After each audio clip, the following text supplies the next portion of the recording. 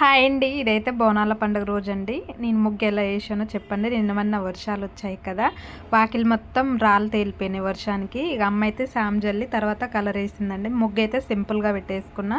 ఇక మనకు ఫెస్టివల్ ఏదైనా ఉందంటే ఇంటి ముందల ముగ్గులు, కలర్లు ముగ్గులు బొట్లే కదండి అందాన్ని తెచ్చేది. ఇక నేనైతే ప్రతి పండగకి ఇలా గడప అయితే పూజించుకుంటామండి. ఎంత కలర్స్ వేసినా మనం పసుపు పూసుకొని గడప పూజించుకున్నంత అందంగా అయితే ఉండదు కదండి.